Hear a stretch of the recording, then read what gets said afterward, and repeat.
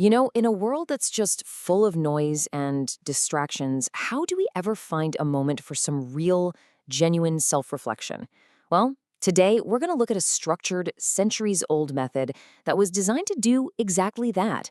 It's called the Ignatian examination. So let's dive into this really powerful tool for finding a bit of clarity and peace. Okay, so at its core, this is what's known as an examination of conscience. But don't let that name fool you. This is not about making some simple to-do list of all your faults. Not at all.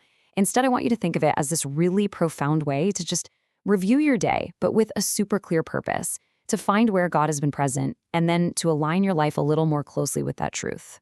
And that's a really key point. The goal here is absolutely not harsh self criticism. I mean, just look at this opening prayer. The entire exercise is all about asking for the grace to see your life with truth and with hope.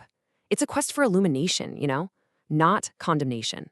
So, how does this actually work in practice? Well, the whole process is broken down into 5 really distinct steps. We're going to walk through each one, and you'll see how they all fit together to form this complete spiritual exercise that's designed to guide you all the way from reflection to renewal. All right, here's the roadmap for the whole thing. First step, we start with gratitude. Then we ask for light. After that, we move into the examination itself, which is then followed by contrition. And finally, we end with a firm resolution. So let's dig in and see what makes each of these steps so powerful. Okay, so the Ignatian method, it has a really specific starting point. And honestly, this is what fundamentally sets it apart from most other ways people do self-reflection. It doesn't start where you might expect it to, not at all. And right here, you can see the key difference. A really common approach, right, is to just jump straight into our faults, focusing on everything that went wrong. But the Ignatian approach, it insists you start by recognizing goodness and blessings first. And trust me, this isn't just a small detail. It completely reframes the entire exercise. It shifts your whole perspective from one of fear to one of genuine gratitude.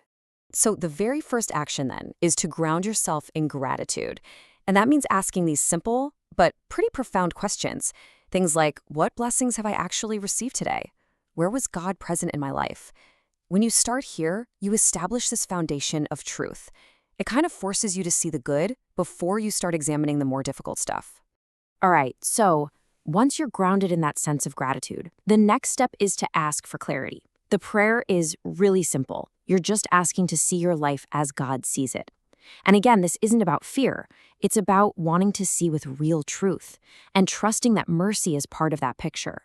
Okay, now we get to the core of the whole practice, the examination itself.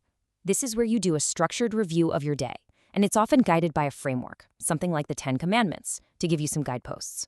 And what you see right away is just how comprehensive this examination is.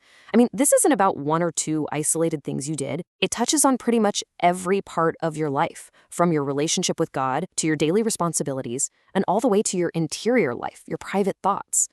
So to make this a little more concrete, let's take a look at the category of actions toward others. You'd ask yourself a really direct question, something like, have I hurt others with my words or my actions? See? That immediately takes the reflection from this big, abstract idea down to specific, relatable moments from your actual day.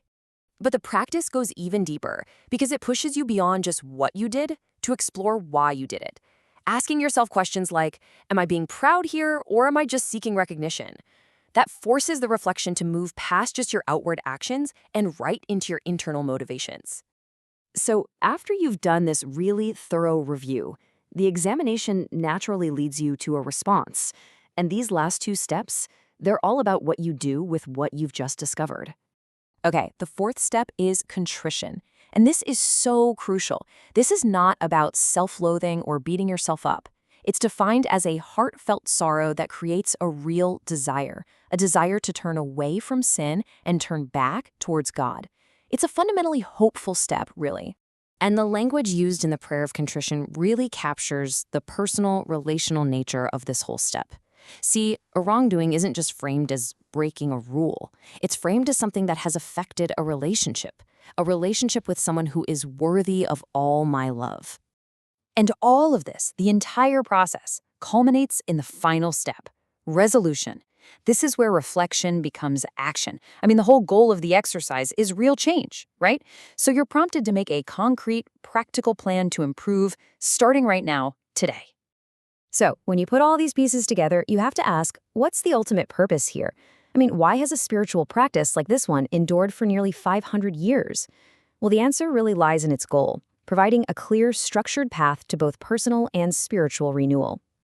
And here, you can see those transformative goals we've been talking about all laid out.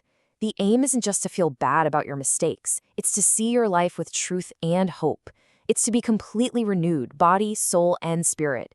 It's about rejecting evil and living in truth, and ultimately being restored through mercy. It's really a holistic vision for your spiritual well-being.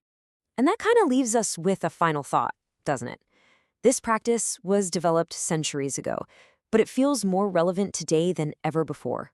So, in a world that is constantly pulling for our attention, what is the real power of taking the time to cultivate a quiet, clear, and honest conscience?